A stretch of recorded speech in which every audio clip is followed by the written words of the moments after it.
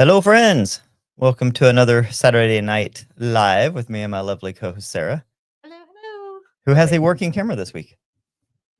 let's get me with a mic as well. Yeah, don't spoil the people. Cameras and mics. Oh my God, it's like we know what we're doing all of a sudden. Okay, All I right, we think did that change works. our time from 9 Central to 8 to better accommodate some of our West Coast peeps, and we'll see how this goes. So, as always, share your feedback. Hope everyone's having an amazing Saturday. We just got back from a little staycation. We seem to travel a lot on recording days. I just like to keep it interesting. Yeah. So, um, today we are going to recap this week's videos, and this week was crazy. I think I say Yes, that it every was. Saturday. Yeah, you really do. Yeah. So, but I mean, there's a lot going on in the world right now. It's a wild time, as I'm sure y'all can feel. So, we'll do a quick mic check. Can everybody see and hear us out there? Give me a thumbs up if you can. And yeah, we'll just dive right in, and as people fill in, then they can catch up. And these always get posted as a video on the YouTube wall as well. All right, so we're gonna recap this week's stuff. We're gonna go into a Q&A. We got a lot of good questions from you guys, and keep them coming here in the chat. Sarah's gonna be monitoring that, and kind of bookmarking the questions and replying to everybody as she can. So this week, every week kind of has a theme, more or less. This week's theme was stuff in the sky. So, and not birds. We started this week with what was that video called? Shape Shifting Skies, Drones, Orbs, and Angels. And then we went to, on Thursdays, it was Easter 2026 Prophecy and the Lady, which was kind of based off of Chris Bledsoe's encounter with the lady and what she told him about Easter 2026, which at the time of that prophecy, years ago, whenever Chris first came out with that revelation, it seemed like so far in the future. We're like, okay, well, some crazy stuff's going to go down Easter 2026, but who cares? Because that's so far in the future, right? Like, we don't need to worry about that. And now it's what, like 5 months away, Yeah, 6 months 6 away. months away. Yeah. I mean, it's crazy. It's crazy how things are flying by. So let's just get into it. We got some people here. So Welcome, yeah. everybody. We're so happy to have you here. Absolutely. So on Tuesday, I always release my videos on Tuesday and Thursday. Tuesday, we went into basically these mysterious drones that are everywhere. And the reason is because, this time last year almost. So this time last year is when Cliff High was doing his whole big, prediction thing, right? So if you don't know Cliff High, he's a character. He's a funny dude. And he does this predictive analytics stuff, and he has a really intricate system that he uses to pick up on basically the energy of humanity, with the understanding that, you know all humans are like psychic antennas, and we can pick up on stuff, and he can decipher and decode some of these overlaps and stuff, and he can get this data, and he can predict future events based on spikes of energy and that kind of stuff. And then he gets, he finds points in the future where something's going to happen. He can tell energetically, and then he gets like remote viewers together. He knows a lot of the best remote viewers in the world, and they remote view these things, and they tell him the data, and he matches it up with his predictive analytics software, and it's really crazy. Anyways, around this time last year, he was saying, come like Christmas time, December, there's going to be UFOs in the sky, right? And it made a bunch of headlines. Everyone was talking about, Cliff High's predictions of like a sky full of UFOs and everything in December. He was very specific about the timeline. And then, what happens? We get to December, and we have like crazy drones everywhere, like drones doing stuff that they shouldn't do, shutting down airports, shutting down Air Force bases, shape shifting, freaking people out, acting just very bizarre in general. And Cliff High's like, bam, told you guys. And everyone's like, no, you said UFOs in the sky. And he's like, look closer. So as we start analyzing these quote unquote drones, we're like, these don't really look and act like drones. So, it's like, okay, you can close the door now. Sorry, we have a cat that keeps coming in and out. Anyway, so as we're like watching these quote unquote drones in the sky, and and comparing it to like Cliff High's stuff, Cliff High was saying we're going to have UFOs, and we're going to have sort of like, he didn't say dogfight, but he said like interaction between our craft and their craft and that kind of stuff. And what do we see? We see like our helicopters, like sheriff helicopters and stuff like that, like kind of chasing these drones and all this weird stuff happening. And it's like, huh. So I really dove into it last year. And I was talking to people on the ground in New Jersey and people that know what they're talking about. And they were like describing this crazy thing. It's called uncanny valley. So if you like know anything about like say AI and robotics, when they create like characters out of artificial intelligence, you see it with AI and like in video games and stuff. And when they're making like robotics, a long time ago they had this problem where when they were trying to make they still have this problem. When they were trying to make lifelike humanoid robots, the more lifelike they made them, the more it freaked people out. Okay. So like the engineers are like, "Oh, we made this robot and it looks so human-like." And then they would show it to a bunch of people and the people would be like, "That thing's fucking freaky. Get it away from me." And they're like, "No, it's so human-like." And they're like, "Yeah, but like it's not." So when something looks pretty close to real or whatever, but not quite, we have this like internal thing that alerts us and says that thing is trying to deceive us. That's not good. So when I was talking to these people in Jersey, they were telling me that's what was going on in the skies. Like they're like, I look up, I see what I think is a helicopter or a plane or a drone or whatever the case may be. And they're like, but the more I look at it, they're like, that's not a plane. That's not a helicopter. It's something pretending to be. Yeah. It's mimicking. The same way like, robotics is mimicking humans. And it's like it's trying really hard to look real. They're like, it looks like an airplane, but it's like the size of my car and it's going like 50 miles an hour and it's like making a noise like an airplane, but it's not. It's like making the noise of an airplane that's going really, really fast, even though it's not going really fast. It's like it just wasn't matching up. So I was like, okay, that's super interesting. I did a whole bunch of videos on it last year. I followed that situation very closely. And then all of a sudden this year, boom, it's happening again. Like, except not in America. Yeah. Because last year it started in New Jersey, but I mean, it was widespread. It was everywhere.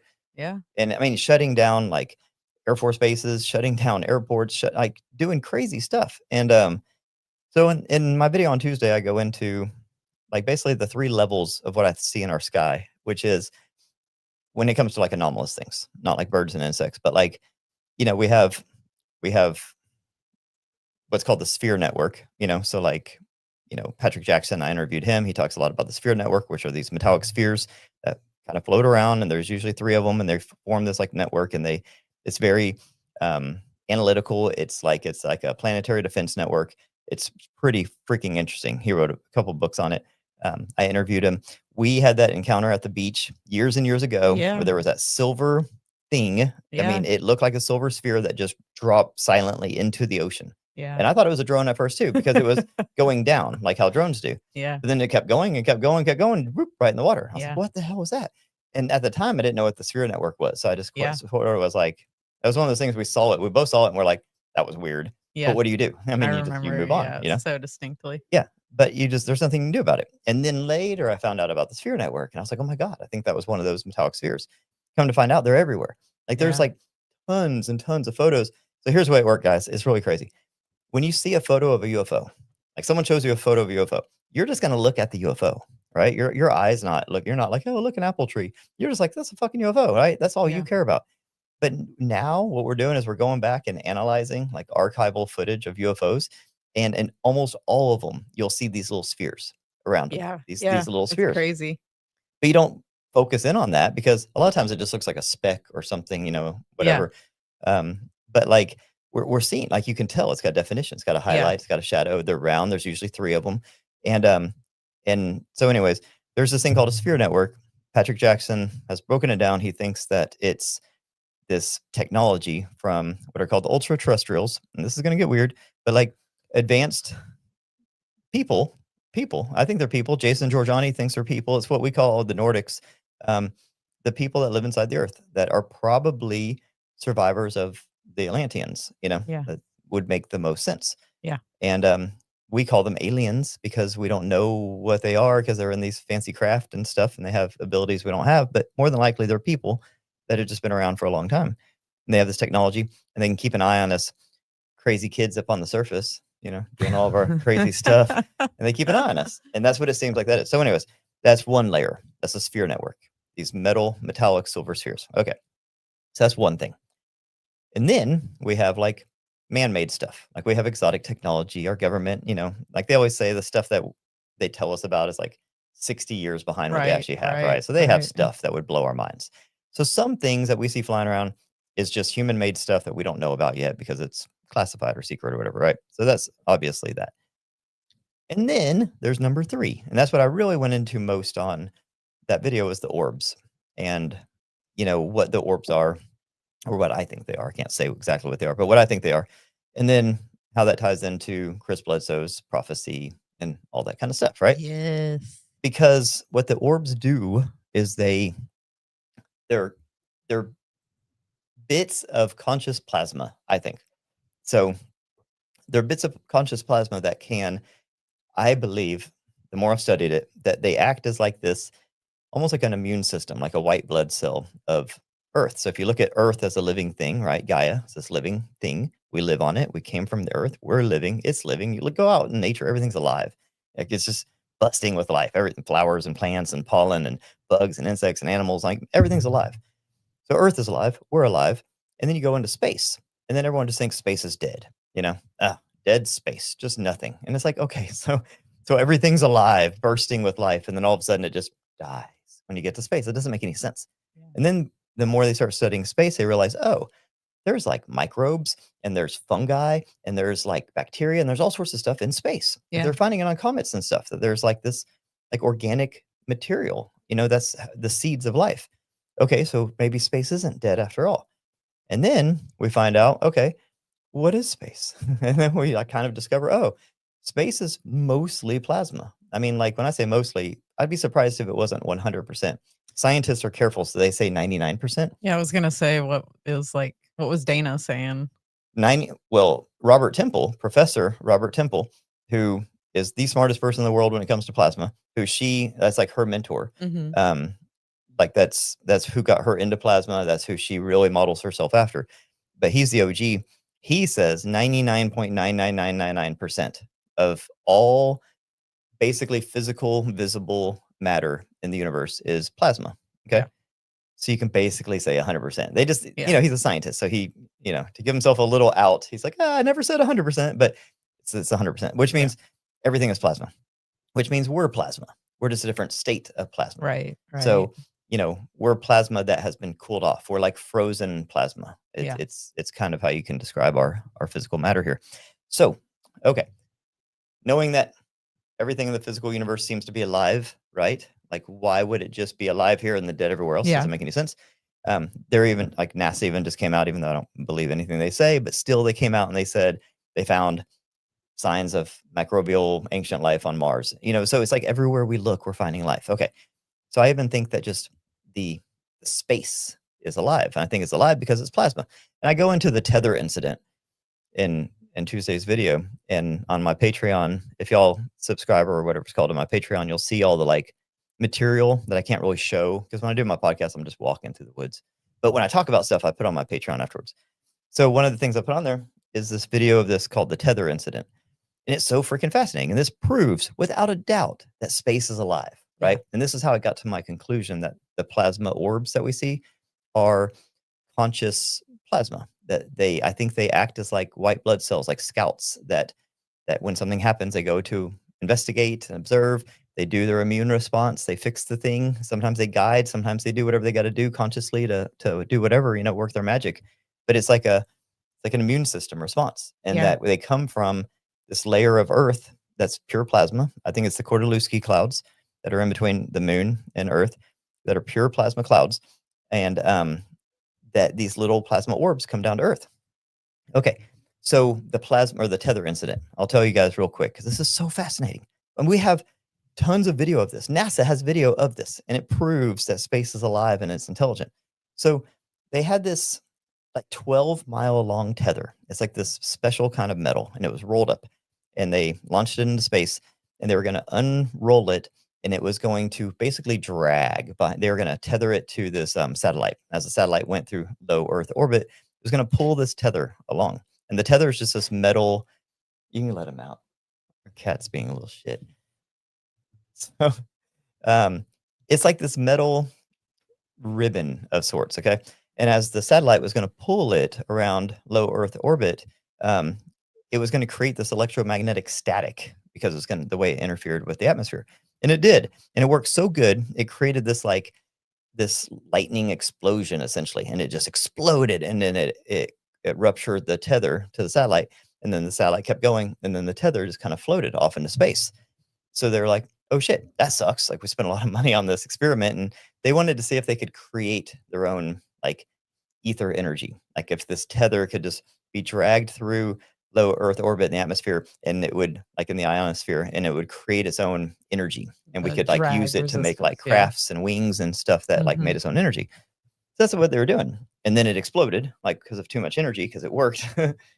And then when it was floating, so they're like, okay, so they're just observing it. They had cameras on it because this is an experiment. And so this is all NASA archival information from like the 90s. And it's on my Patreon. And so what happened is and it just looks like because space is black, and then you just have this like really bright like line, and Mhm. that's the tether. And since space is so freaking huge, it's hard to tell what you're really looking at. It just looks like a big stick. Okay. Mhm. But Yeah. what you don't realize is it's 12 miles long. Yeah. 12 miles. Okay. Yeah. Think about how long 12 miles is. It's Yeah. crazy. Yeah. So then they're looking at it and they start seeing things go into it, kind of like moths to a flame, And they're like, huh, like, what is that? So at first they thought it was ice crystals, like floating around in space, and they're getting right in front of the camera. And they're like, okay, that's why they look so big, because this tether, it looks like this on the screen, Yeah. but it's 12 miles long. And some Yeah. of those things were like the size of my thumb going by them. They're like, that would mean that thing is like 3 miles, right? Yeah. So they're like, okay, good. It's just ice crystals in front of the camera. So Yeah. that's why It's they just look really so big, close to the 'cause it's close to the camera. camera. Yeah. And then we start like analyzing it, and these things are not moving. So these physicists have done this like crazy analytics on it, and they like have plotted all the trajectories of all the things, because at first it's just a few, and then it's like a lot more, and then all of a sudden it's like boom, so much stuff everywhere. And they started tracking each one and found that like say one's going like this, one's going right at it, one will move, like make a boop movement Yeah. out of the Move way. out of the It's way. like, okay, well, ice crystals doesn't do Yeah. that, right? Right. And then there's this one in particular that's like miles wide, and it looks like Pac-Man. It has this like perfect notch out of it, and it has a circle in the center, like a donut, and like perfectly symmetrical. And it's obviously not ice crystals. I mean, it's perfect. And then there's so many other ones that like you can see them wiggle, you can see them move and stuff. So NASA didn't want to come out and say it, because that's not at all what this experiment was for. Right, This was right. specifically for electromagnetic propulsion. And then they find out that there's intelligent plasma, that when this thing was charged with so much magnetic energy, that it attracted them. And that's what led me to my kind of theory that it's an immune response, because that thing's not supposed to be there. Like Mhm. they know what their space is supposed to be like, and all of a sudden there's this thing. So Yeah. they come to investigate like automatically. Yeah. Like if you hurt yourself, like blood cells rush to the scene Uh-huh. to render aid. Yeah. Yeah. You don't have to tell them. Yeah. These things rushed there and observed it. And I thought that was really, really interesting. So, and that goes perfectly with Robert Temple, like space is plasma, everything's plasma, plasma's conscious and sentient. It can self-organize, it can, become sentient, it can form plasmoids, and those plasmoids can communicate with other plasmoids. And it's like, okay, we know that plasma can do this.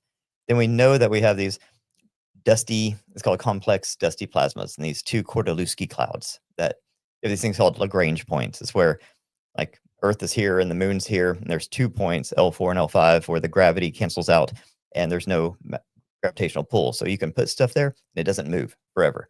Like you could just stand or float or whatever you do, and you would never move, because it completely cancels out. There's no gravity at all, and you would never move. Nothing would ever exert a force on you.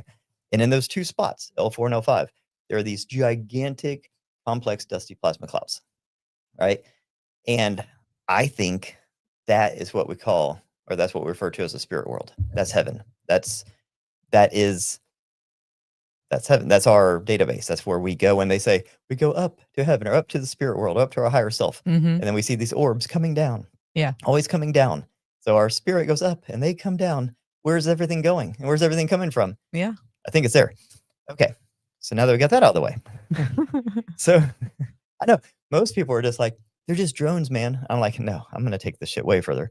So, so how do we get to like drones? How did these orbs get to drones and stuff? Well, going all the way back in time, we've always had weird things in the sky that have always been like slightly ahead of our like collective technological grasp, right? So like thousands of years ago, they saw flaming wheels that led to like creating chariots, that led to like creating things out of fire, which led to electricity and stuff. You can follow this thread all the way. And then we had in the 1890s, we had the great airship mystery, where there was these weird things in the sky, like reported by tons of people. It was in like the front page of newspapers. This is where steampunk came from, because they were describing these like blimp things, like a lot like the Hindenburg. And but this was like 20 years or something before the Hindenburg. And instead of like, so the Hindenburg was like, the Zeppelins were all like very sleek and stylish. These things would have like 10 different propellers on them. They would have like lights. They would have like, they would be playing sound. They would like be totally, like, it didn't make sense. Yeah. Like nothing about it. They were way too big. They had way too many things on it. And it was just like, it didn't make sense. And it was the same kind of a thing. People would look at it and they're like, that's insane. That doesn't make sense. The same way when we look up at the drones, we're like, that doesn't make sense. Like, why does it have so many lights on it? And why don't the lights make sense? Like, why is one light blue and one's green? Or why is there lights on top of the plane? Because I've seen some with like lights on top. They never have like it's like, but like bright lights, you know? Yeah. And like, so it's just, it's like it's trying to look like something, but it's not doing a very good job. Just doesn't know exactly. And they're all different. So there's like all these reports of these drones and everyone's different. Well, back in the Great Airship Mystery, all of them were different. Every single airship was different. It's like, okay, so if some super smart, you know, agency or person's making these airships like decades ahead of everyone else, why are they all completely different? It's kind of like whenever AI first came out and you would ask it to like make a video. Like I remember there was this one where it was like Shaq and it was like a piece of pizza and they were like, make Shaq eat a piece of pizza and it like turned into like this monster and stuff. It was really crazy looking. It's kind of reminds me of that, right? Yeah. Like, I mean, AI still does that. Like, I'm going to reset your camera here.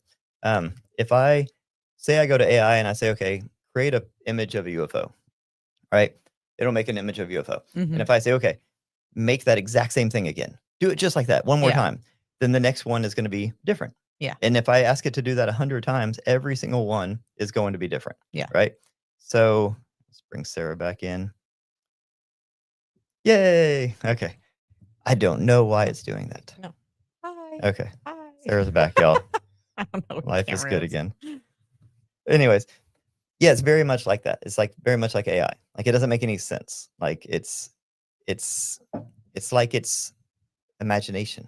It's like what we're seeing in the sky is imagination, and that's what the orbs do. Is if they're these conscious, sentient. You can close that. It's fine. If they're these conscious, sentient orbs that, okay, put it this way: if they're plasma and our sky is plasma, if everything's plasma, then they have the ability to affect like the sky, the matter themselves, project themselves however they want. Like real, you know what I mean? Because they're just like plasma itself literally means to fold. It's a Latin word that means to form or to fold. And it's literally the clay that our entire existence is made of that can be folded and formed into anything you want. And these orbs are made out of it. So it's not even like they're like holographic projections. It's like they are plasma. We are plasma. Everything's plasma. And they can just form themselves into like whatever. It's like a temporary plasma like projection, right? Yeah. And it seems like that's what they're doing. Okay. So Ethan says, question about AI. Maybe you have answered this. Is AI communicating to the field? So if we're using this analogy, right, of like these things looking like the way that AI would create something, do you think that it's something like that where it's like pulling the information from the field? Like, do you see what I'm saying? Yeah. I mean, so I think everything's information. So, you know, we've talked about this in other videos and I'll do a deeper dive on it, but there's something called like the morphic resonance field.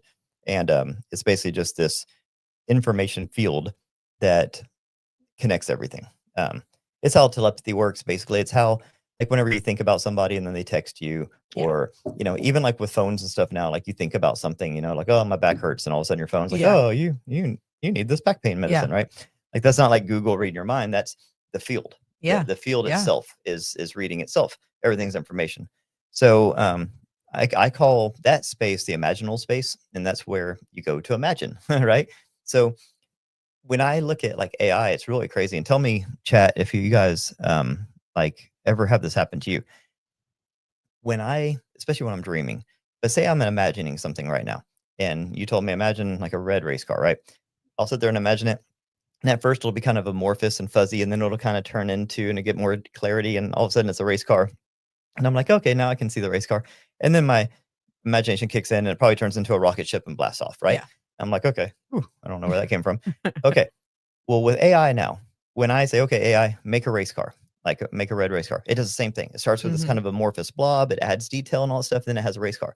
Then if I say, okay, AI, turn that little image into a movie or like a little 4-second video clip, it freaks out. It does the weirdest shit, and all of a sudden that car will just turn into a rocket ship and take off. The same thing happens in our imaginations. Yeah. So the AI, the way it processes and renders and brings things to life is the same way our brains work, our imagination works, our dreams work. All of that's tapping into the same field, which I call the imaginal field, which is just a space where you go to imagine things. And I think that all of that's pulling into the same thing. I think these orbs even pull into the same thing. I That's think that what, it's yeah. So that was essentially Yeah. the question or my question. And I think it relates to that, right? Yeah. Communicating to the field. So, like, do you think that's Yeah, it's kinda partially what's like happening? a conscious overlay. It's like the plasma orb is like probably scanning the collective consciousness for like what type of thing it should project itself as, Yeah. you know, what's the most modern thing or whatever. I Yeah. don't know, but it seems to be like that, you know, like, Yeah. oh, okay, they expect to see drones in the sky, so I'm going to pretend to be a drone or Yeah. or whatever. There seems to be some sort of a conscious like communication Yeah. link like that. Yeah. But they're here, it seems. It's like they're sent automatically for a reason. That goes back to my immune system thing. You know, like back in Jersey last year, if you all remember, when we go back there, it's right before, man, your camera froze. Guys, I swear we'll get this fixed one day. I don't know what's happening. It's fine. They can hear me. Okay, we'll try it one more time. If it doesn't work, then you just get Sarah's voice. Anyways, so like going back to the no, my camera's all fuzzy. Okay. Anyways, this is why I just walk around in the forest because it's like, you know, it's so much easier out there. So, okay. You're good now. You're in focus. Yeah. So let's go back, guys, to real quickly, and then we'll move on to other stuff. But last year, whenever the orbs or the drones first kind of started coming around, what was happening? So we were about to go into this transition with Donald Trump. That was crazy. And then there was these rumors, and they were like very Sarah's thing's not working. Sorry, babe. You're just voiced now. It's okay. I'm sorry. You can got to see relax. me for the first 27 minutes. Tonight. Okay. We'll buy a new camera this week. Okay. So the drones, they came out of nowhere, right? We never really had this phenomenon before. And it was like, okay, like what's going on at the time? So all the stuff was happening with like Trump coming in and all this stuff. But then there was like this like really high level like chatter about there being some sort of a what they call a dirty bomb, some sort of radioactive device that was like smuggled around Jersey, you know, and it was going to be, you know, whatever, kablammed somewhere, probably in New York. And then right around then is when we started seeing the drones. And at that time, I was talking to people up there, and they said what they would see is they would see something that looked like a regular, like a drone, like you would expect to see, like a big quadricopter, but it was like big and massive and very like kind of powerful. And they were like, we think those are like secret military ones, right? So like, let's say we have like these nuke sniffing drones, and they're on the prowl for this thing. And that's why our government was being kind of hush hush. They're like, oh, we don't want people to know we have these things or whatever. And we also don't want panic if people think there's a bomb or whatever. So they were out patrolling. And then people would say, okay, they would see those first. And then they would see all of these like orbs coming. Like these orbs would be like coming towards this drone and stuff. So it's like, okay, what do we have here? We have our kind of secret exotic drone things that are like sniffing for nuke stuff. That's happening. Then all of a sudden you have these orbs. And they would say the orbs would be around the other drone. And then all of a sudden they're like changing into drones. They're like, oh, I can be a drone too. Look at me. You know? And then all of a sudden you have these crazy drones, and then you have these orbs, and then you have a bunch of drones. But these drones don't look like those drones, Yeah. and they're acting weird and stuff. And it's like, okay, what's going on? Even Like, ones that were like shape shifting into Yeah. look like different things. Yeah. Like after people had already seen them. Yeah. So I was like, what it seems like is whatever was happening on the ground and whatever we put up in the air attracted these orbs the same way that that tether, when it snapped and disconnected. Sorry, my throat's dry today. When that tether snapped and disconnected, all those orbs came to it because they're like, you're not supposed to be here. Like you're something new. You're novel. We're gonna check you out. Well, whenever we put up those new drones in the sky, the orbs came and did the same thing. And that seemed to be what set off this whole flap. Anyways, so it seems like they're like an automatic response from the system to things that are new in the air and new in the system that shouldn't be there. And they can mimic, they can do different things. They can even, I think, change timelines. They can do things like that kind of create this like weirdness on the ground where like that was weird. Like what happened? Because they're tweaking things and they're protecting the system, it seems. That's why they hang out around nuclear plants and they do all these Absolutely. things because Yeah. they're like the immune system, the white blood cells of our ecosystem that we live in, and they're intelligent. So, and they're conscious because we've communicated with them, and that's why I call them ether dolphins because they kind of swim through the sky. They communicate consciously, like they seem to be very sentient and intelligent and aware.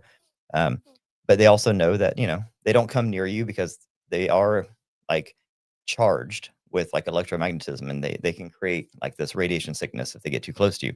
So they stay far away from you. They try not to freak you out. They try not to get too close. But they are, if you're open to them, and like how Chris Bledsoe does, he'll call them in, he'll talk to them, he'll communicate with them, he'll thank them and stuff, and they'll flash at you, and they'll blink at you, and they'll do these things. They're there. They're intelligent. But then I started thinking, okay, what are they? I was like, I think that's what they are. They're like the messengers of the system. And that's back in the biblical days, they'd call them angels. Like angel literally means messenger. That's what the name means. And they had a word for them, the cherubim, and the cherubim were like the protective guardians of earth kind of a thing. And what did I just describe? These things are like guardians of earth. These things are there to help try to keep us from doing dumb stuff and to heal our wounds when we do dumb stuff and to try to guide us and to try to, they're usually like, it seems that they're there to help. But say you have like an immune reaction in your body. They call it like a cytokine storm. Like say you have like when people get COVID. Yep. And sometimes the immune reaction is worse than the actual infection. It's because your body puts off this immune reaction, and all of your white blood cells and all of your like all of the stuff, just your whole immune system just goes into full hyperdrive. So what I think what happens with the drones or the orbs, I mean, is that when they respond to something, sometimes the response is sort of disproportionate. That's what we're seeing. That's what we saw last year. Even after whatever threat initially was there was over, the orbs and the drones and all that stuff, all the high strangeness and weirdness persisted for like another month or so because that's like the immune response. That's the cytokine storm, Yeah. And so anyways, having said all that, we just had another drone flap. We're actually in the middle of it right now. It's weird over in Europe. I mean, they're shutting down airports. This stuff isn't on the news, but if you it's not on X because things just get shared much quicker and freely on X. The news doesn't talk about it. I talk about it. If you follow me on X, you see me talking about the shit all the time.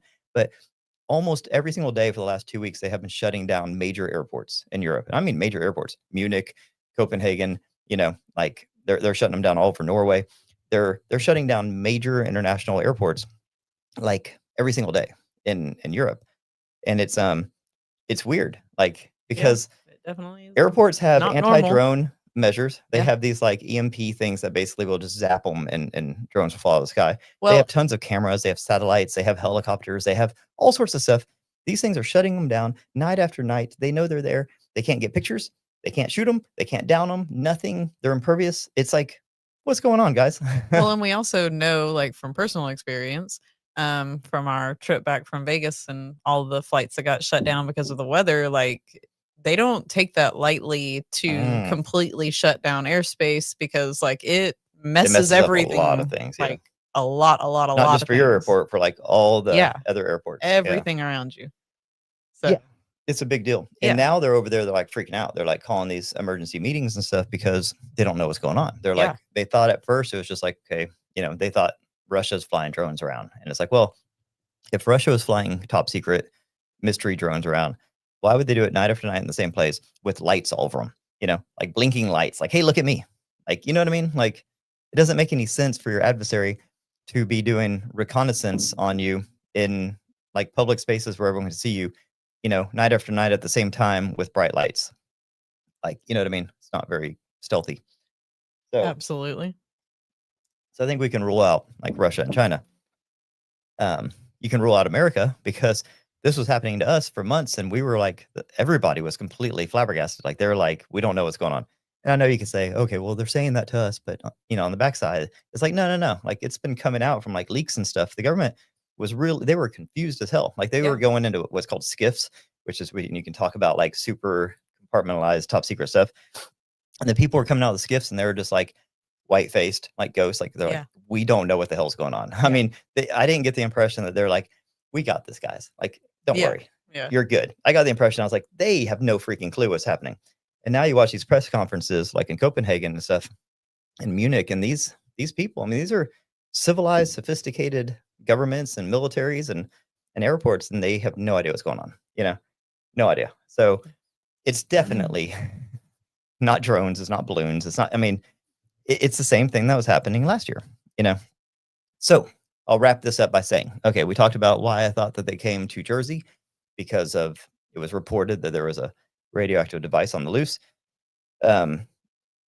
And that kind of created the cytokine storm, the reaction from the immune system. Well, at the same time that this drone flap happened over there was this major, like one of the biggest NATO operations ever. It was like this. They do these like war games where they do this huge military operation, and all the different militaries come together and they all play with their big toys. And they were doing that at the same time as the drone thing started, right? Well, if you have all the biggest militaries in the world and they're doing the biggest military training exercise of all time, right there in the Baltic Sea, right there in Drone Central. Yeah. What are they going to be doing? They're going to be playing with all their like top secret toys that probably use, baddest, electromagnetic energy. They already talk about all the time that they have these new like direct energy weapon, like lasers and stuff like that. So I guarantee you they're out there in the ocean, hundreds of ships, planes, satellites, radars, everything. And they had like their new like laser and directed energy weapons and all this kind of stuff that they've been rolling out. They've been telling like this isn't conspiracy theory stuff. They have these high energy laser weapons and stuff. And that's like electromagnetic energy. Well, if you remember from the tether incident, that tether was electromagnetically charged, and that's what drew all the plasma orbs to it, right? So if they're doing these war games, they're playing with all their electromagnetic, weapons and radars and satellites and stuff. I guarantee you it triggered an immune response, and all the orbs came like flooding down. So people are like, okay, why would they shut down airports? Well, I frame it like this. And again, I know I'm talking about this stuff in a weird way that nobody else is, but check this out. It makes sense. When you have like an infection in your body and your immune system responds, okay, sends all the white blood cells and everything, it's trying to figure out where the invaders are. It's trying to figure out what's in the system that shouldn't be. And the easiest way to do that is to isolate it. And the easiest way to do that is to say, okay, we don't need any background interference. So human, go to sleep. So usually what your body will do is it will make you very lethargic, very tired, and it shuts down all of your engines so that you go to sleep. So there's no background interference, and it can figure out exactly what's in your system, exactly what's causing the problems, and it can isolate it and it can fix it. It takes like a little signature fingerprint thing of it, and that's how it can fix it next time. It can see it and be like, we remember this from last time. Anyways, so by shutting down airports, what do? You remove all the stuff from the skies, right? So if it's trying to isolate the problem, if it's trying to settle the system, if it's trying to, you know what I mean, like calm things down. I know it didn't calm things down because then humans freak out because they're like, what are these things? But from like a immune system response point of view, it would make sense to ground all the flights and all that kind of stuff in that area because that's what it was trying to do. It's like, hey, everything calm down. We're trying to find the free radicals, the invaders in the system, so let's get all the civilian aircrafts out of the sky, as like a safety thing. And that's what happens when you shut down airports. All of a sudden the sky over there got real calm, right? 100%. So it seems like an immune response, So I know that's not near as sexy as like space aliens, like having dogfights in the air, but it's actually what makes sense when you look at it historically. So orbs, that's my theory. It's crazy, man. Yeah, plasma white blood cells coming from heaven. I do love that analogy of like the human body and the white cells and all that good stuff. Yeah. I think everybody gets that. You know what I mean? We're in a living system. So of course there's going to be, it's like as above, so below. Like, like I talked about with 3i Atlas, I think that it's like a pill bringing information in, and we're like kind of in the gut of whatever this system is that we're in. And it's like this pill that's delivering this information. Yeah. So speaking along those lines, information. So like you mentioned in the episode, I think it was the Chris Bledsoe one, about Stephen Schwartz and him being tied to the Edgar Casey. Mm-hmm. Can you explain some more on that? Because that one, like, Yeah. kind of is a little bit mind blowing. It's crazy. It's kind of like how, like I even mentioned it in my last video, like how I'm starting to feel like an intuitive investigator, you know, and like, I love that. yeah, it's kind of a very woo-woo thing for me to say. But as I go into these videos and I start breaking this stuff down for you guys, I'm intuitively called to each subject. Like I don't really have a plan. If you know me, you know that I do not have a plan in any aspect of life, and the podcast is no different. So what happens is basically, like as I get close to the next one, which tomorrow is my day, I will, usually go for a long walk or a run, and I will just let it come to me. Okay, what am I going to talk about? And that's how I make my decisions. And the last like 4 weeks or 4 episodes or so have been like linked, even though I did not plan it that way. I thought they were going to be totally different episodes, and there's like this link in them, this red thread that runs through them.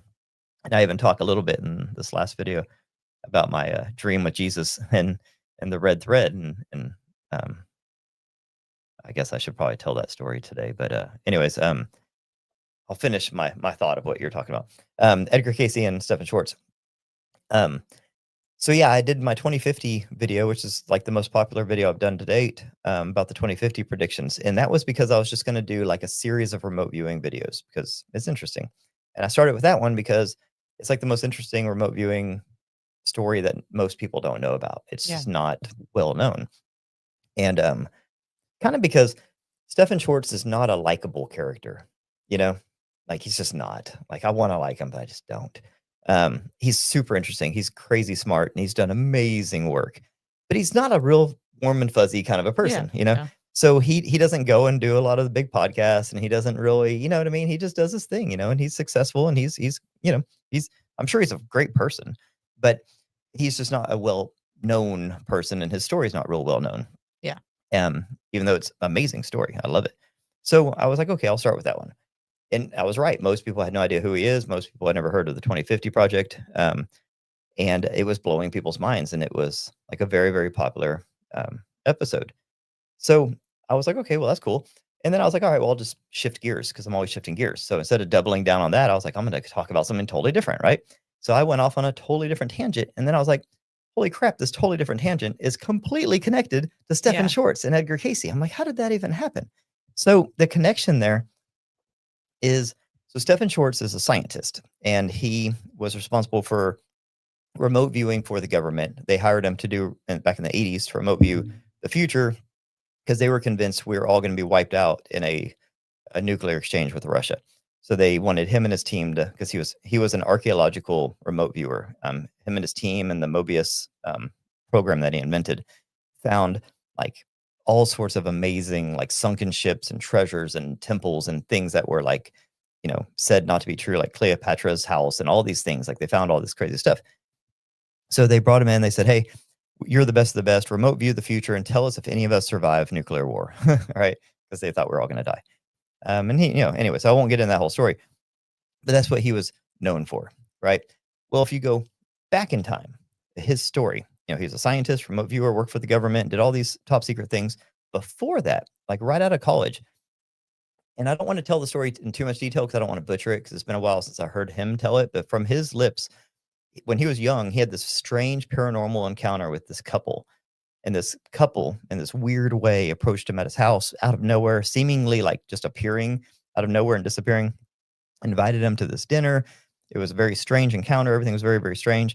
And he ended up, they worked for, or the heads of, the Edgar Casey, it's called ARE. It's the Association for Research and Enlightenment, I believe. And it's still to this day active and very prominent. Yeah. And it's Edgar Casey's foundation, run by his family and stuff. Well, so Stephen Schwartz ended up going to Virginia Beach and working there as an archivist. So they just had all of these boxes and boxes. And if you don't know who Edgar Casey is, he was called the Sleeping Prophet. He was one of the most famous American like psychics of all time, probably the most famous American psychic. Very incredible, very in-depth writings of future events. He predicted many, many things that came true. So he just had, this is back in he was really big in like the 1920s and 30s. And so he just had all of these like archives, boxes of papers and stuff. So they actually brought in Stephen Schwartz to archive all that. So he spent years in his like early 20s going through, and we talked earlier about how everything's information. Yep. Well, imagine being in a library of nothing but Edgar Casey material for years and years and years, Yeah. and organizing it and going Yeah. through it and reading it and all that Yeah. stuff. You're just gonna like through osmosis just like Yeah. get all that information. Yeah. And Stephen Schwartz started having all these really crazy breakthroughs. Like, for example, he was researching, because he was a scientist and a researcher at the time, and he was researching the Dead Sea Scrolls. Stephen Schwartz was. And he was like trying to find information about the Dead Sea Scrolls and that kind of stuff. And then he goes to work at, he kind of by days in the school, researching and stuff. And then at night or whatever, he's at the Edgar Casey Foundation. So he's researching Dead Sea Scrolls, and he goes to Edgar Casey Foundation to do the archiving, and finds this like Edgar Casey material all about the Dead Sea Scrolls. And he's like, whoa, like that's kind of like we were talking about earlier, like you think of so-and-so and then they text you. Yep. That's like what happened with him. And then all of a sudden he gets all this information from Edgar Casey that like filled in all the blanks with his research to the Dead Sea Scrolls. Yeah. Even going into the Essenes, how Jesus is from these trained in the mystery schools and all this stuff. And the Essenes are like descendants of the Atlanteans that were passing this secret knowledge through. That's what the mystery schools were, and that's what these like secret societies are, is just preserving that information. So all that like comes full circle, right? And then in that next video, I'm talking about like, the Chris Bledsoe and, the Regulus and all that kind of stuff, and how it's all happening at the Sphinx on this day and all that. And I go into depth about why I think it's March 20th and the Hopi prophecy and everything. Well, then I'm like, okay, well, why the Sphinx? Like, what does this have to do with anything? And then all that stuff comes flooding in about Edgar Casey, and Edgar Casey in detail talks about how under the paw of the Sphinx is the Atlantean archive. Well, it's the doorway, right? Well, under the paw is the doorway, and the archive is actually halfway between the paw and the Nile. Yeah. The Nile's changed width, so I don't know exactly where it is now. Yeah. But it's somewhere off. But yeah, the doorway is under the paw. Yeah. Okay, so to come full circle on that. So that's how I got to the conclusion, or I don't know, I guess assumption or guess or whatever, that and I go in depth about the Hopi prophecy and why I think that March 20th, 2026 is the date, not Easter. So if you haven't watched that video, go watch it. It's too much to recap here, but I go pretty deep on it. Anywho, so there's this Atlantean archive supposedly down there. And the Atlantean archive has like the record of Atlantis, basically the first transmigration of souls into human bodies, the origin and genesis of humans on Earth, this special crystal that they use for energy called the Firestone that ended up destroying them. And that's why it's like locked away in this like kind of time lock that can only be open when our consciousness reaches equilibrium and we're not a bunch of dumbasses. And then we'll have access to this information, because then, we won't destroy ourselves. So that's kind of, that. But there was one more big Edgar Casey, Stephen Schwartz connection that I just had a minute ago in my head, and I was like telling myself, don't forget that. And then of course I forgot it. It'll come back to me. But anyways, there's another big major thing that has to do with Atlantis. Shit, I'll think of it. Anyways, so it just kept coming. So anyways, it's just an example of how like I didn't think at all I was going to be talking about Stephen Schwartz in this video. Like, why would I? Yeah. And I didn't think I was going to be talking about Edgar Casey in the last video. And it's like all these pieces keep coming, even though I was trying to shift gears and go to a totally different thing. I was going to talk about Chris Bledsoe and Orbs. Nothing to do with Edgar Casey and anything. And the more I start researching, the more I start like pulling on that thread and going down that path, then it brings me to the Atlantis library and Edgar Casey and Stephen Schwartz and all this kind of stuff. And I'm just like, wow, that's crazy. Like I just talked about all those guys in a totally different setting and scenario and stuff, So anyways, I thought that was interesting. Well, so there's the Stephen Schwartz, like the map, and like he did the forecasting with the groups and all that stuff. And then there's Jason of Archaics that has his theory and the timelines. Yeah. So maybe. Well, even Edgar Casey, so that map that I showed when I did the 2050 thing, Yeah. that I kind of attributed that map to Stephen Schwartz, that's actually based on Edgar Casey's predictions. So Okay. Stephen Schwartz didn't make a map. It's just that map it's the Gordon Michael Scallion map, but that map is comprised of what Gordon Michael Scallion thought combined with what Edgar Casey thought. And then I even have another, I don't know where it is, but I have another picture from Dolores Cannon, because Dolores Cannon wrote a book called My Conversations with Nostradamus or something like that. Yes. And there's a chapter in book 2 that talks about the Antichrist and the future of Earth. And in that book, she draws a very, very specific map, because Nostradamus tells her exactly that there's going to be a pole shift and exactly where land and water is going to be on Earth or in America. And she draws it and puts it in her book. And I saved that and I compared it to the other ones, and it's freaking crazy. I mean, they all overlap. I mean, the Gordon Michael Scallion one, the Nostradamus one from Dolores Cannon, and the Edgar Casey map all match perfectly. I mean, pretty perfectly. And on top of that, they match up precisely with what the 2050 project and all the remote viewers from Home Dude, Stephen Schwartz, all those maps. So 4 prominent things. Like if you take Stephen Schwartz, you take Nostradamus and Dolores Cannon, you take Gordon Michael Scallion, and you take Edgar Casey. Those 4 people, those 4 prophecy, like kind of prediction things, the maps of America match. Right. To like pretty ridiculous detail. I mean, pretty darn close. You know, they're not exact, but it's pretty close, you know. So that's weird. So there's also like, so Chris is saying that it's going to be like a new knowledge, right? That's going to come for human. The lady said a new knowledge would be bestowed upon humanity.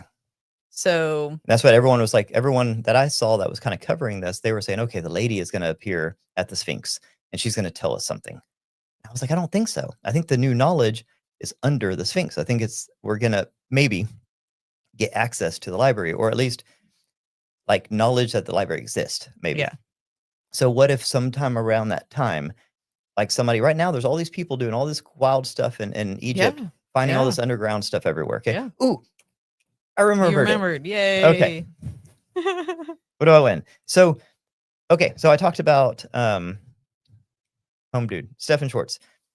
So Stephen Schwartz worked in his like 20s at the Edgar Casey as an archivist, and then worked his way up to like one of the senior people at Edgar Casey, the ARE. Then he went off to be super scientist and super remote viewer. Down the road, the Edgar Casey, the ARE, came to him and hired him to remote view underneath the Sphinx. And I touch on this in Thursday's video. I didn't go in depth, but I touched on it. So later down the road, they brought him as Mobius team in, and they said, okay, we want you to remote view under the paw.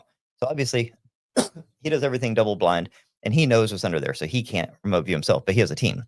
So he had his team remote view this, you know, if you don't know how remote viewing works, I did a whole video on it in great detail, exactly how it works, exactly how you set the target and all that stuff. So anyways, I won't go over it all right here, but basically in a nutshell, what they would do is they say, okay, like the people that are creating the target in the experiment know exactly what it is, but the other people don't.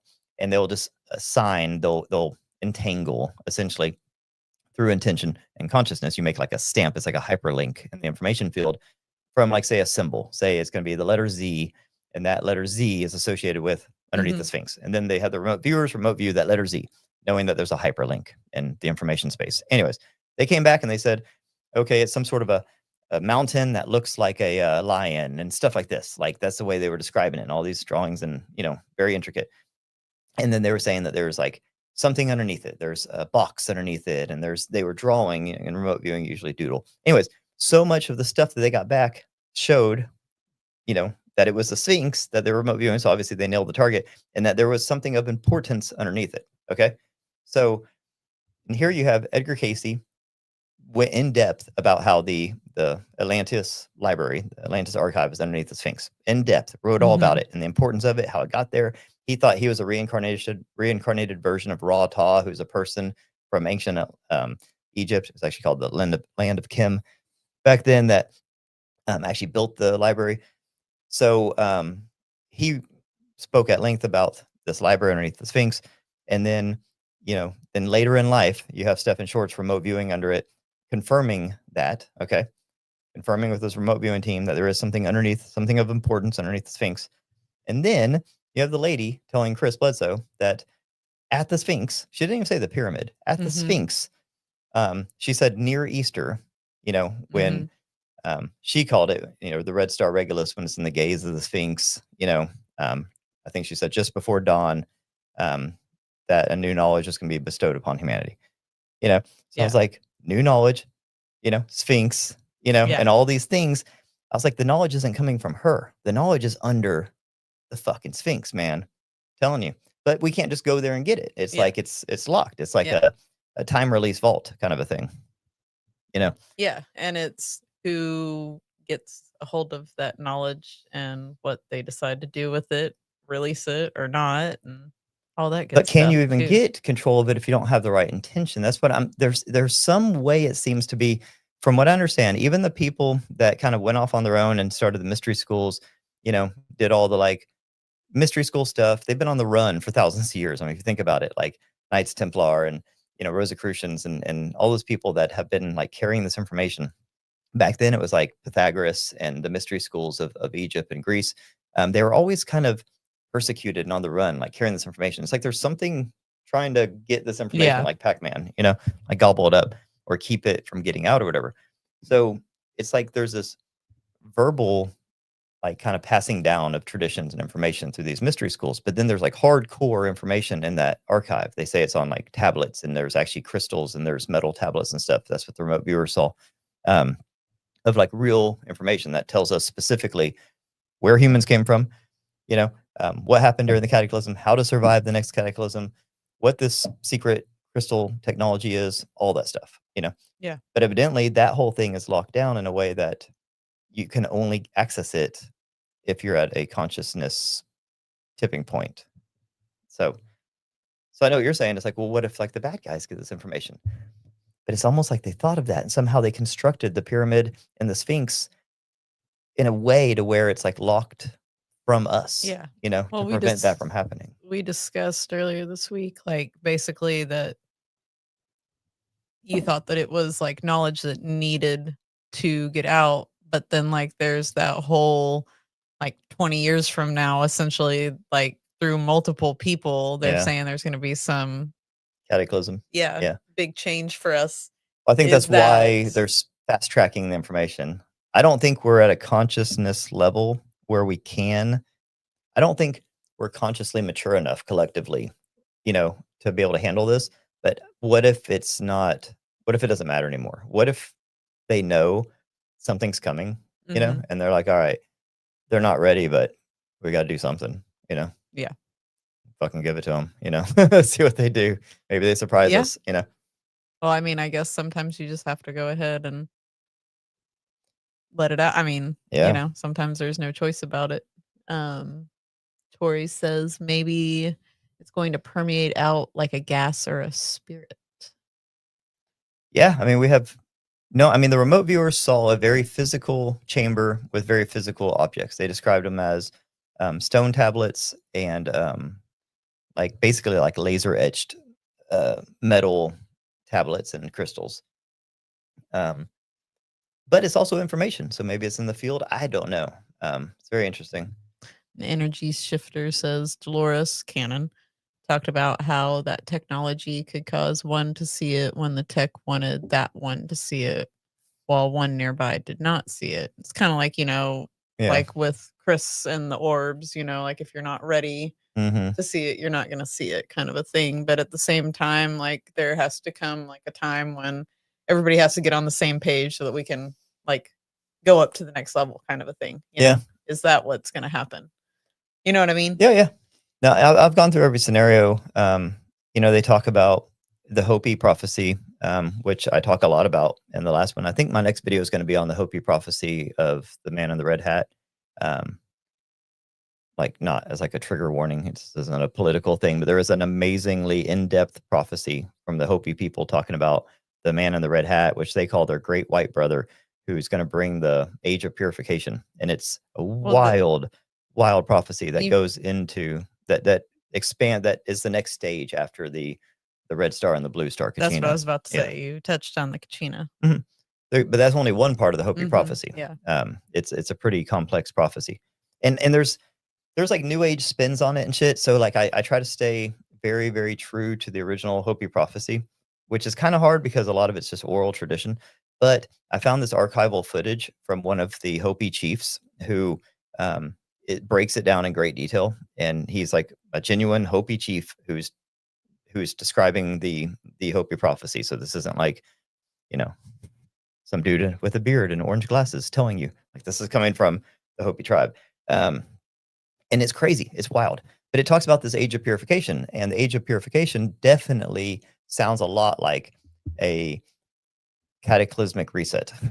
So like Yeah. you have all these people talking about pole shifts and like sun micronovas and I don't know, the myriad of ways that we can figure out to fucking destroy ourselves. There's no shortage.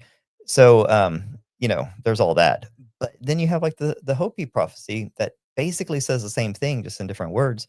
And you have the remote viewers and you have all these people and they're all saying the same thing, just in different ways. And they're all saying it's coming. Basically, the target date that I see on all these things is 2045, 2046.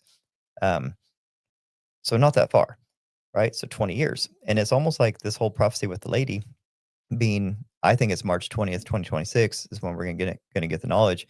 That's 20 years. That would be like a 20-year warning, like basically a way to say, hey guys, like y'all have 20 years. Like, get your shit together. Yeah, exactly. We all got to get on the same page. Push the door. That's what I'm thinking. It's almost like a like what if they know we're not like ready, but it's almost like, okay, well, what if we kind of put some pep in their step? You know what I mean? Release some knowledge that, hey guys, maybe y'all don't have infinite time. Maybe the level is coming to an end. So like, okay, to make people feel a little better, I don't want to be doomy and gloomy. Because yeah, someone said just 20 years. Like, yeah, I know that's going to go really fast. It's crazy. But in the 2050 project, when they remote view 2050, the people there, and this is 4,000 to 6,000 people, I forget how many, all over, the world are saying the same thing, that in 2050, they're on the other side of a big thing. Okay, so they describe some big thing. And it's weird when you're remote viewing because you can't just say, okay, what's the big thing? Because the remote viewer, it's that person remote viewing themselves at that date in the future. So supposing they're still alive, they can carry this out at that date in the future. If they remote view that date in the future and it's black, yeah, didn't end well. But if they're alive at that date, they can remote view and they can tell what they're seeing and they can gather in the information from the information field there, but they can't like go back in time. So they can't say, oh, 5 years ago this happened. So all they know is that in 2050, life is getting back to normal. And so we still have humans, okay? We're not wiped out. There's still electricity. And there's actually like, it seems like some sort of like free energy devices, like I talk about it in my 2050 video. So it's not like, I don't want to scare people into thinking that like doom is coming, we're all going to die. Like that's not what the data suggests. The data suggests that a reset of some sort happens, right? Like something significant happens that totally changes. Because in the 2050 project, they talk about how things are way different after whatever happened. And they talk about how they're just on the other side, which Stefan Schwartz, through all of his data, he said he thinks it happened around 2045, which is exactly when Jason Archaics says it's going to happen. 2046 is what he says. So it's just really interesting. But they're still humans. We still have civilization. We still have technology. But there are like significant changes. So it's not like, some big tsunami comes and wipes everybody out. But he does talk about definitely places are underwater. Definitely things are different, but it's not like humans are gone or anything, people are still living life, they have jobs, they have cars, we have technology, we have stuff. So just want everyone to know that this isn't like end of the world stuff. Like even like the apocalypse literally means like the great or the unveiling or the dropping of the veil or the end of deception. That's what apocalypse means. And even like Armageddon means like basically the battle between good and evil that ends an era. It's like the end of one era and the beginning of another era. So even things like in biblical and scripture and stuff, they make it seem real dark. Like, oh my God, end of days. Yeah. It's end of an era. Yeah. So I look at it like we're transitioning into like the age of Aquarius, into this like better place. But to transition, you have to go through some rough patches. So the impression I'm getting is that we have some rough patches ahead, but it's not like the end of the world or anything like that, you know. But you know, it's going to be something we're going to have to navigate. You know, it's not going to be smooth sailing, but it does seem that on the other side, things are better. You know. Yeah. So.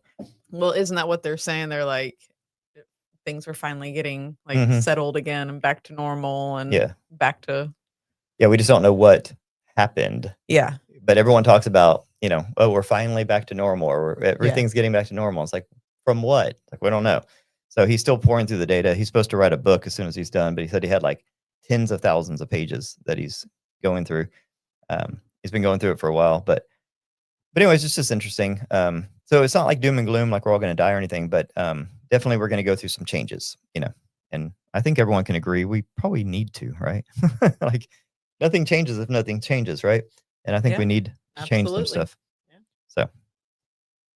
So I think, did I cover everything? I mean, cover everything, but no, it's a lot. Hang on. There was a question. I had some people ask about my Jesus dream, so I'll just say that real quick, get it out of my head. I'm not a religious person. I've never dreamed of Jesus. I've never had Jesus visit me in a dream or anything. But one day I had a dream, and it was one of the most vivid dreams I've ever had in my life. You know, I mean, there's a difference in dreams. Like most dreams I have, I'm able to like scribble some notes and then it's fleeting and it's gone. This one, I still remember it. It was over a year ago, and I remember it like it was yesterday. I'm at this market in Europe. You know how you just know things, you know? So I'm in Europe. Yeah. You know, and it's this like market, and it's like a artisan type market, like a farmer's market, but like, I don't know, not like potatoes and stuff. And we're at this booth, and there's a dude sitting there, and he reminds me of like if you crossed Santa Claus with Jesus. So you know, everyone talks about like Jesus, or the show. He's always like very lean and almost like emaciated looking. This dude had a little, you know, Meat on little his junk in his bone. trunk. Yeah. But he wasn't like super jolly like Santa, but he was like, imagine dad bod Jesus, you know? Okay. Yeah, like Jesus later in life. Okay, that's okay. And I just knew it was Jesus. He didn't like introduce, he wasn't like, I'm Jesus. But like, so he's sitting there and he has this basket next to him with these scrolls in it. And he takes out one of the scrolls and he unrolls it. And this will all make sense of why I'm even bringing this up. But the painting, he was a painter. This was one of his paintings.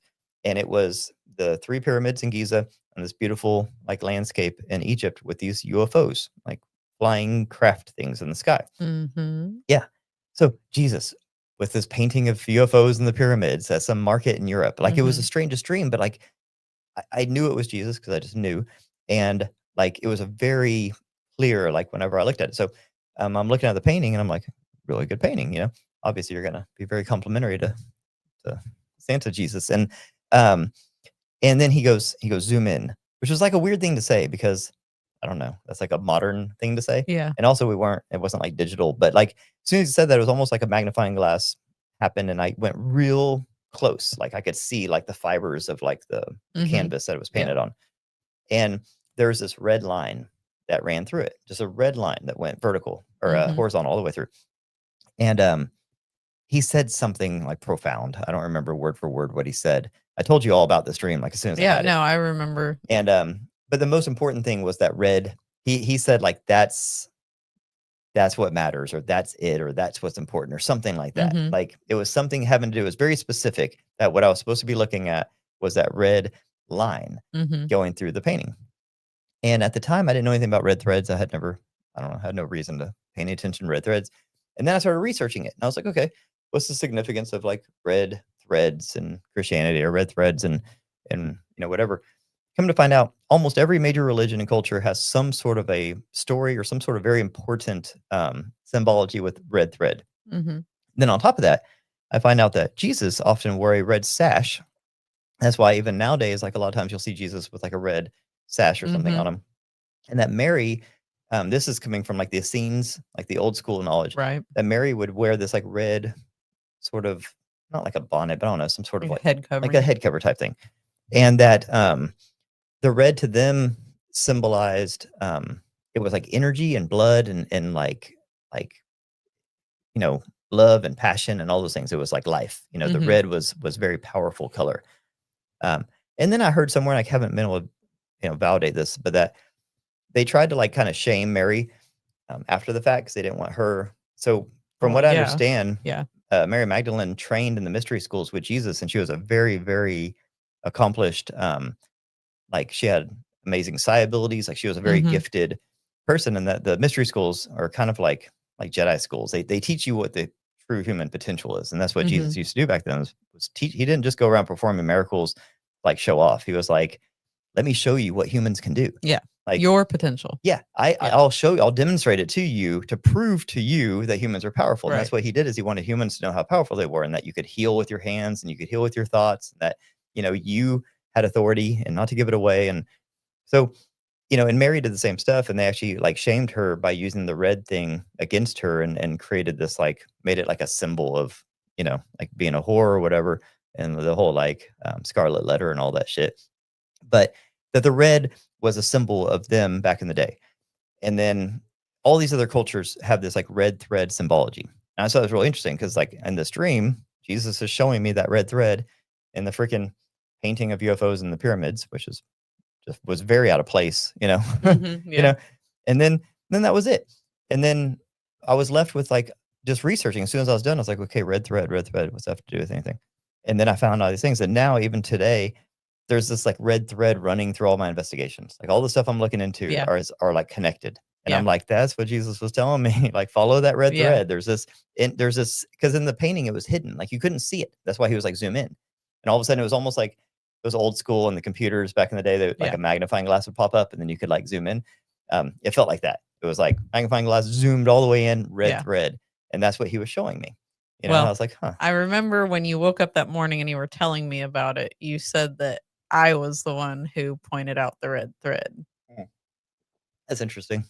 That like you didn't see it, that I got really close and that I Yeah. saw it, and then you were able to see it. Oh, cool. And then you asked about it. Okay. See, I'm glad I told you, because I mean that was a year and a half ago. But that yeah, seemed to be the takeaway from that whole thing, was the follow the red thread.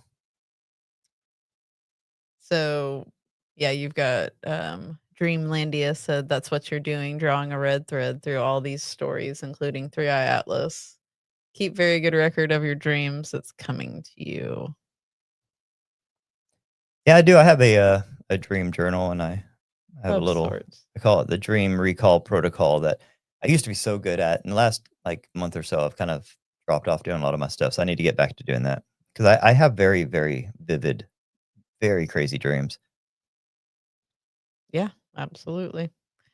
Okay, so one of the questions that was on Spotify said, I do often wonder about the relationship between the various entities in the rendered spheres, orbs, plasma, Nordics, grays, DMT entities, etc., and the system admin of the simulator. Are breakaway civilizations or ultra terrestrials part of the simulator, or do they exist outside of 5D, 7D, etc.? Are they all just manifestations of the same control mechanism? Huh? Who asked that? That's a really good question. It was like a Yeah, like a handle. MMAJUEA. Well, thank you for the question. Letters and numbers.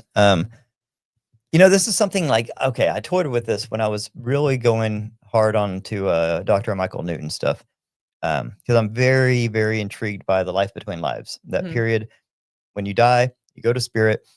There seems to be this One of my favorite places Yeah. to go. Yeah, Sarah's good in the life between lives. She's a hypnotist, and she can take you to the life between lives.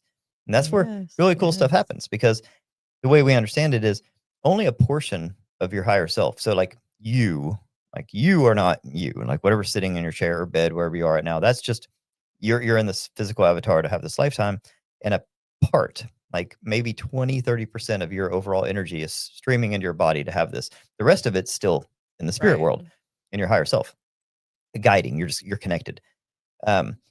So that place up there that you go to when this body dies, and when you go to in your dreams, and you go to, when you want to intentionally, like through hypnosis and stuff, that's the, whatever you want to call it, the Akashic field, the spirit world, heaven.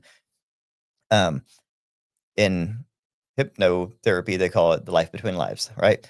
So you go to the life between lives, and there seems to be this like progression of events that happens. Like you go, and then you get a little R&R. If you're super religious, you'll go to some place that kind of fits your belief system, so you're not traumatized. You'll go to like a heaven type place and stuff like that.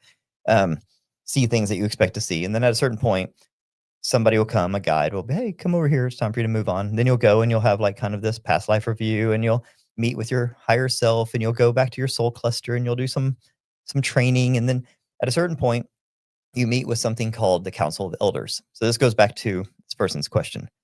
Basically, the way I understand their question is that there's all of these like advanced beings, and they even use the word system admin. So I use the word simulator. Like if we're in a simulator and there's system admins, like meaning like managers, kind of like when you're in school, there's like principals, and then there's admin, like there's an administrative building with like other people that do clerical work and stuff. And they're the ones that keep your school running and pay all the bills and do all the programs and stuff. So there's people that you don't see. Like if you're a student in a school, there's people that you don't see and will never meet that are like doing work behind the scenes to make sure your school runs smoothly. Right. Earth is the same way. Yeah. So there's these higher beings that are doing stuff behind the scenes that are helping us. And every once in a while we catch glimpses of them and stuff.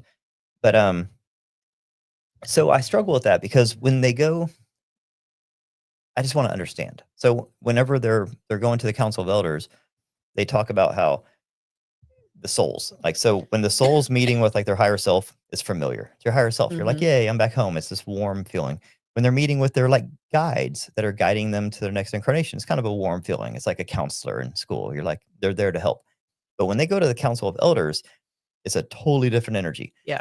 All of a sudden you lose your cockiness. All of a sudden you're like, shit just got real. Like you go into this like domed room, and there's like this group of beings and like many different people from many different backgrounds and different cultures and religions and ages and all that stuff describe the same place, right? Yeah. So it seems to be a place, not maybe a physical, but like a spiritual place, but a place that you go. Yeah. And those beings, who are those beings, right? So what I kind of am gathering from this question is it possible that like these beings that we call like Nordics or 5D beings or Pleiadians, or these beings that seem to be buzzing around Earth, helping in different ways, doing things, are those beings? You know what I mean? Like, are those the system admins?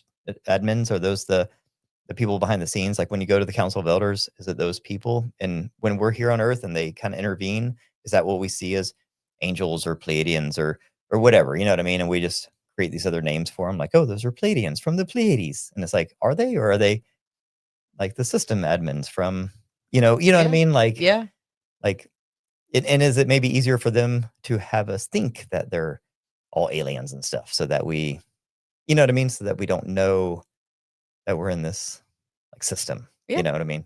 Possibly. So yeah, and that's something I think about. I mean, when you read Michael Newton's books and they go to that Council of Elders, you're sitting there thinking, who are these beings that are so advanced and so high that they outrank everybody in the entire spirit world and make human spirits and souls like very, very nervous? Not like in a bad way, like they're like bad people, just like knowing that they're very, very powerful. So I don't know. Like Dolores Cannon called those people the ancient ones, the archaic ones. Like she had a name for them. She called them the archaic ones. They were like the original, like the architects of everything. Like they were the, So like remember the movie Soul, and they have like the architects. It's been a long time. It's like the giant like outlines essentially.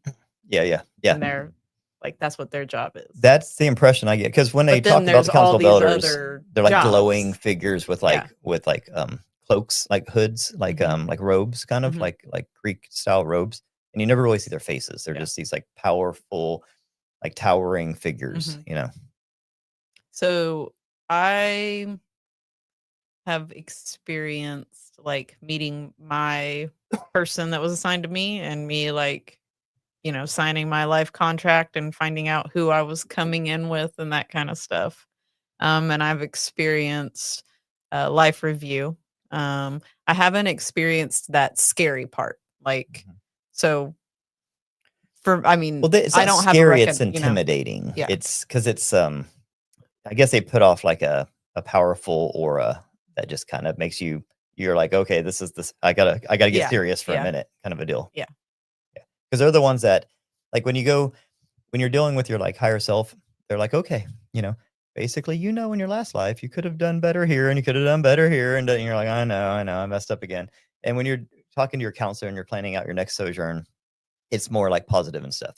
When you're dealing with the council of elders, like all that stuff is like lower level. You're focusing on your last life and your next life, so it's very localized. The Mhm. council of elders is like they're looking at your entire Right, body of work. Like right. they know the entire lineage of your soul, everything. Yeah. You know what I mean? So it's like no secrets, no bullshit. Yeah. Like they're basically like, are you doing what you're supposed to be doing? Kind Yeah. of a thing. It's kind of just like Are you getting lost on side quests? yeah. So I don't think they're scary or anything. I think it's just, it's that personal like responsibility. Like all of a sudden you have to own up to, okay, this is my 427th incarnation and I still haven't done this thing that I needed to do. You know what I mean? That kind of thing. Absolutely. So we've got, if the orbs act like an intelligent defense system for the Earth, how does it tie to the videos of the zapping of MH370? Yeah. Assuming the video is genuine. So like I talked about at the very beginning, the orbs, like the orbs of light, I see as very, very different than the metal spheres. The metal spheres are very different. So if we're going to talk about the spheres, the defense system, there is a chance. I mean, if you study, like what Ashton's put out there, there is a chance that, okay, so say the metallic spheres is a terrestrial planetary defense system made by like what we call the ultra terrestrials. So the ultra terrestrials are people, right? They're ancient people. Say 13,000 years ago, let's just say, there was some big Younger Dryas cataclysm type thing that created the Great Deluge and the flood and reset everything. Well, say there were some humans that lived back there, like the Atlanteans, and they didn't all perish. Well, imagine how advanced you would be if you spent the last 13,000 years, developing unimpeded. 13,000 years. Yeah. Like if we go back 300 years, like we would make those people look like cavemen with our technology and stuff. So imagine like humans on Earth that are 13,000 years plus, right? Because they were already advanced 13,000 years ago. Technology, and you know what I mean. So they'd be indistinguishable from magic and aliens. So we gotta ban somebody real quick. There's always somebody. Okay, at least they make it easy to ban. That's cool. So let's just say that like the person was asking about the MH 370, right? So let's say it's human tech that was just made a long time ago. Okay, so human tech made a long time ago. That means it's technology. That means it's Earth-based technology.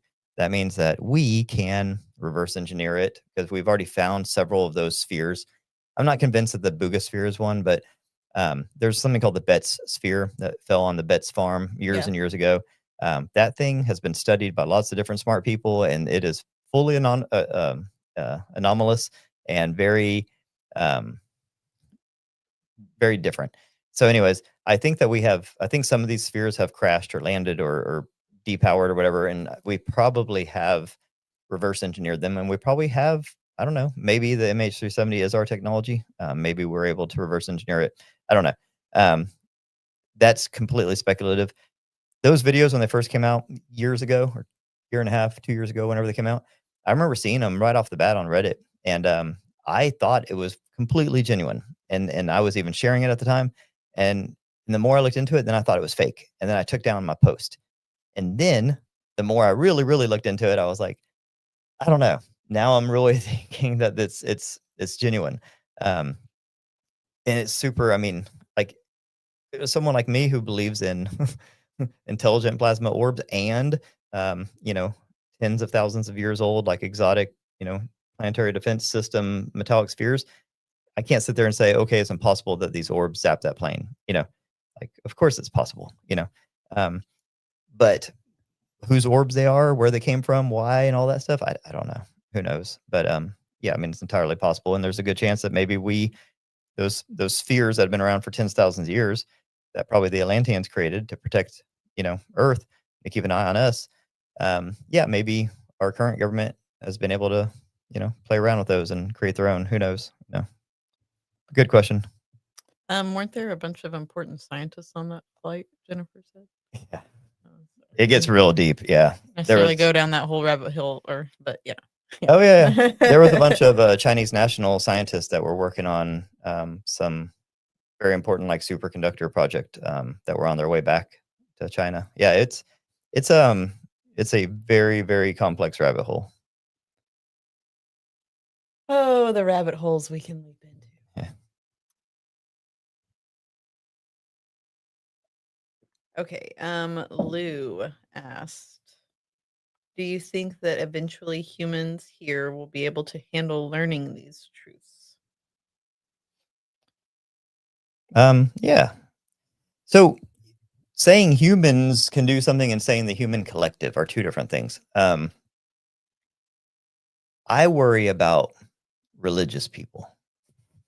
I worry about people that believe things so like through and through that they're Well, I think you can incapable of say that, change. like, even for certain scientists and stuff Science is a too, religion. right? Okay. Religion isn't just I'm not singling anybody out. I'm Yeah. saying it's a rigid belief system that basically predetermines how you're going to act in situations. So like so the person asked if they thought that I think that humans can handle this stuff. Well, what if in that library, the Atlantean archive has a different Genesis story than we're told, and say you're very, very like I don't know, like devout, whatever, fill in the blank, about your religion or your beliefs or whatever. So it doesn't mean I don't think people should be religious or anything. I mean, I believe in God. I mean, I've studied Jesus. Like I had a dream with Jesus. Almost Yeah. bought a painting from. So It was like, a tapestry. but I don't. So it's like I have like strong beliefs that I hold lightly. You always have to be able to change your perspective on things when like new information comes in. You know what I mean? Yeah. So it doesn't mean don't have faith and don't trust and don't believe in something higher or anything like that. It just means that.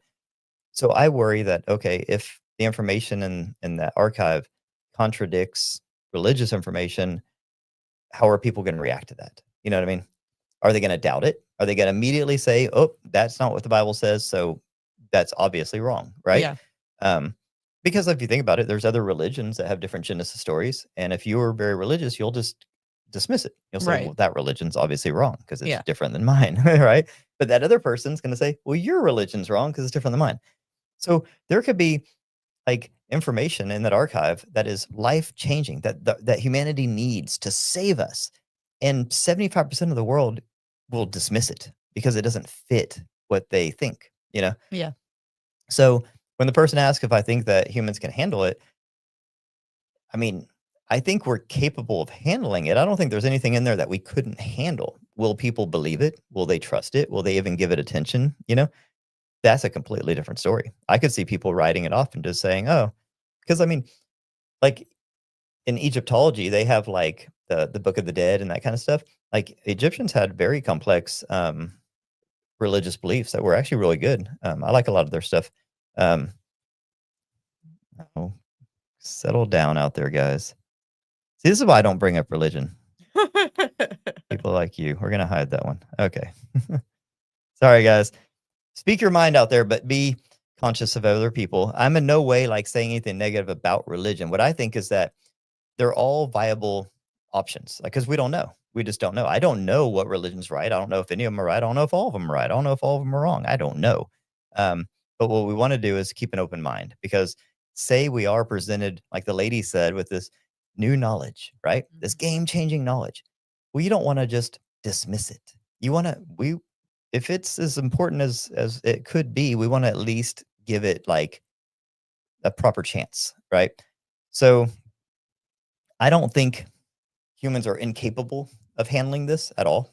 I think humans are very enlightened. I think humans are very capable and very smart and all the things, but we've also had thousands of years of indoctrination. So I don't know how people are going to deal with indoctrination and then new knowledge. Like that's the part. So we'll see. Yeah. I mean, it's Street Fighters sitting there saying, have a hard time even talking to people about UAPs and not getting eye rolls. Like, very much, Yep. And that's it. I mean, I think we're entering a new era, so we have to be okay with, like, I don't know. I think everyone, it would serve you good in life in general. All right. Hey, Patrick, whatever you are, I'm giving you one more chance and then I'm banning you. Okay. So last chance. I'm getting tired of deleting your shit. Anyways, so yeah, I don't know. And maybe the information that's in there is wrong. That's what I'm saying. You have to have an open mind. So like, say we find some information in the archive. I'm not saying everyone run out and start a new religion, like, cause I don't know, maybe it's wrong. Yeah. Like, I'm just saying, like, we need to like treat it with an open mind. Absolutely. And so that's all. Yeah. I had a feeling that was coming. It didn't let me ban him. I want to ban him. There he is. Let's see if we can ban him here. There we go. You're out of here, buddy. Peace. All right. So what else we got? Okay.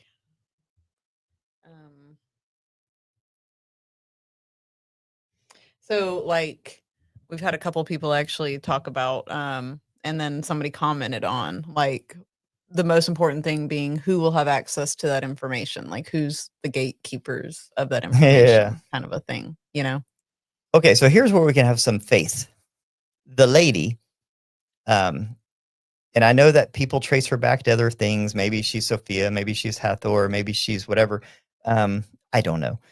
But she seems to be higher than any earthly being. Okay, let's put it that way. Right. So when people are saying, okay, who's going to gatekeep this information? Who gets access to it and all that kind of stuff? Well, she seems to be the one sort of orchestrating this thing, So, and she doesn't seem to be here on our earthly level. She's somewhere outside of it. So let's hope that she's guiding the right people to it to make the discovery, the right, you know what I mean? Because no, I don't think any government should have it, especially the Egyptian government has not demonstrated that they're shady. So no, I'm not sitting here saying like, oh, let's send in the Egyptian military and get to the bottom of this thing. No, I mean, it needs to go to the right people. Yeah. Who those people are, I don't know. I'm hoping, like I said, that the lady maybe has a plan, for the right people to be there at the right time. I mean, it's a public place, not under the Sphinx, obviously, but like maybe there will be some researchers there doing some researching and there, who knows? Let's hope that this is divinely orchestrated. She seems, I know people say she's Sophia, which that would be awesome, or Hathor, which Hathor is a pretty kick-ass lady. But I really think that she's what's called the divine feminine. She's like an archetype. She's like the spiritual apparition of the divine feminine energy, and that's the way it's described is that we're going from this masculine age, because it's based on like the yuga cycles. So it's these large cosmic cycles, and we're leaving the age that we're in now, and we're entering this new yuga cycle, which corresponds with the age of Aquarius and the 1,000 years of peace and all that stuff. And that's ruled by the divine feminine. And I think that's her. I think she's just like a apparition, representing that. So, I mean, I think we'd be in good hands, right? If the divine feminine is guiding us through this. And I mean, yeah. Let's hope.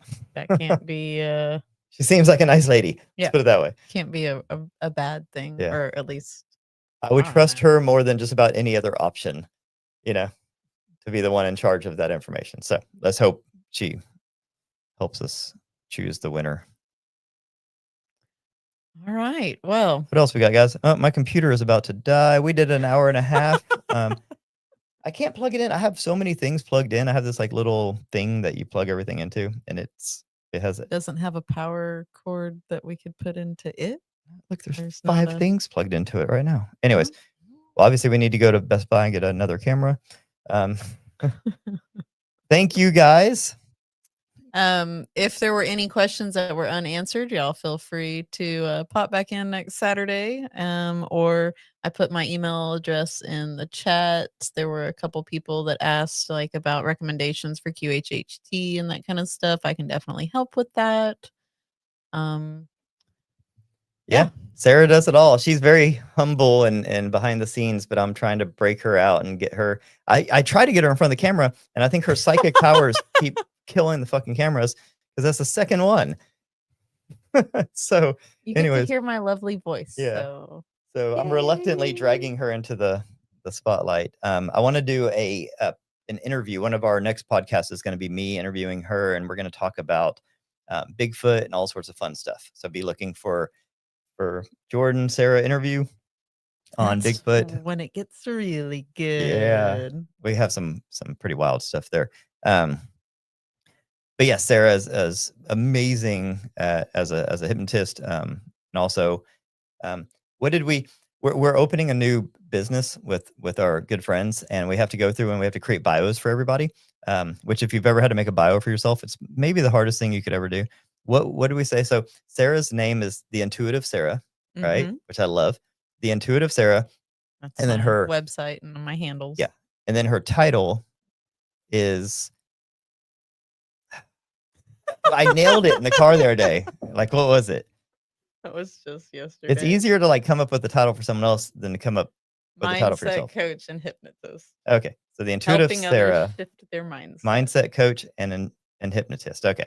So she's a mindset coach because she helps people with like things like integrating gratitude into your daily life and becoming like you change your mindset and you change your frequency through gratitude. And it really is this like simple hack that changes your whole life. It's wild. But if you say like gratitude coach, people don't take you seriously. So mindset coach sounds more serious, but it's basically a mindset coach focusing on gratitude, which seems simple, but man, when you implement it, it is a game changer. And she also is amazing at past life regressions, but also self-hypnosis and connecting to your higher self. And all kinds of other things. Well, yeah, those are just kind of your specialties. Yeah, absolutely. Yeah. So anywho, all right, guys. Well, I got to let y'all go because my computer is about to turn off. So one way or another, appreciate this you is all. coming to an end. I will take over the show. Hopefully I'll just get my face on the show next week. You can just sit right here. Pull up a stool. Oh. All right, guys. And as far as this week's episodes, I have a loose idea of what I'm going to do, but I'm just going to let the intuitive part come through and guide me. So we'll see. It's a bit of a mystery. We'll see what Tuesday brings. But thank you guys for tuning in. Every podcast, every episode has been beating the one before. I don't compete with anyone else. I just kind of compete with myself. I just look at the stats and stuff and just try to keep growing it. And it's continuously growing and it's picking up steam. So love you all. Y'all are doing great. And thank you for like spreading it and sharing it, paying attention, tuning in. Fastest growing podcast in America. All that stuff. It is working. So being a one-man kind of show and not having big name guests to kind of help grow my audience and talking about the weird stuff that I do, which most of it is shadow banned in some way, shape, or form. Like having quick growth is not really easy, but somehow we've been doing a pretty good job. So I appreciate you all. Yes. Y'all are awesome. Hey, Rebecca's a gratitude coach too. And Joey, yes, I'm leaning towards the Hopi prophecy. It's coming. To finish that, because I already started. I did the first half, so I kind of have to do the second half. So that's probably what Tuesdays is going to be. So we'll see if my higher self confirms that, and I'll see y'all on Tuesday, guys. Thanks, everybody. An awesome Sunday. Peace.